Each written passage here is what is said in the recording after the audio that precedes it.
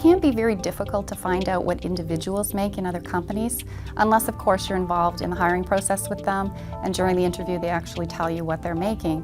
You have to be a little bit cautious though, because they are involved in a negotiation with you at that point. What's interesting though is that to really get a sense of salary market data, you really want the big picture. You want a range of salaries. You really want to get an idea of where you fit into the spectrum of salaries that are out there in your labor skills market.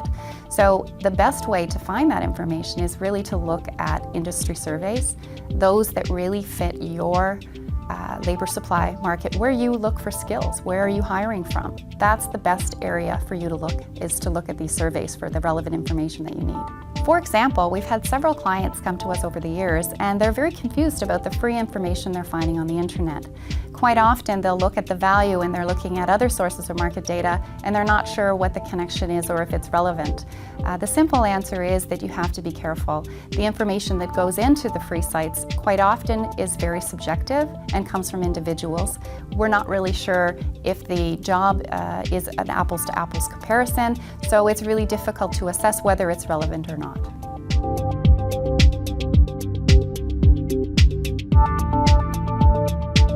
There are many steps involved in developing a comprehensive compensation strategy, the first of which is very, very important for the foundation of all your HR programs, and that is a really good job description.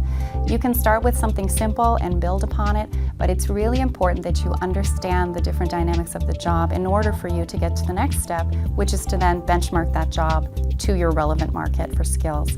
At that point, you have a couple of different areas that you need to focus on, and one of those is to really find out within the job families that you're hiring for, are there any scarce skills, any critical skills that really need to be looked at a little bit more closely in terms of your compensation strategy.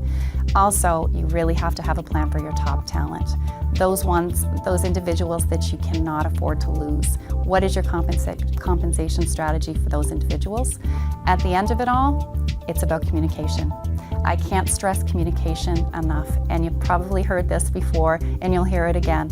Communication is really the answer to a great program and a program that just isn't going to work for your company. You could have a wonderful program if you don't communicate it, it's not going to work for you. We have a client who was very much of a culture that compensation was a taboo subject. It was very clear that senior management was not comfortable talking about compensation. Employees would tell us that when we would go and we would have focus groups.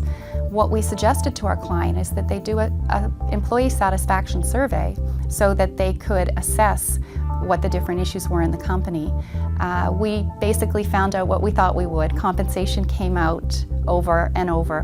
What happened though, the company did something pretty powerful. They committed to this amazing action plan to open up the communication. They started talking to employees and getting their opinions and allowing themselves to be challenged in compensation. It was a very exciting time, and it really turned the satisfaction of their employee workforce around, and they really learned a valuable lesson in openness and trust and how it can support your compensation strategy.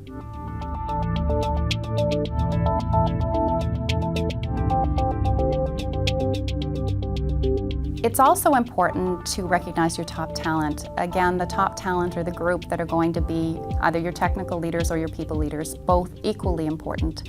Those are the individuals in the company that there really does have to be a strategic plan to address so that their needs are met, that they're fairly compensated, and that they are also working on the exciting technology that you really need them to be working on.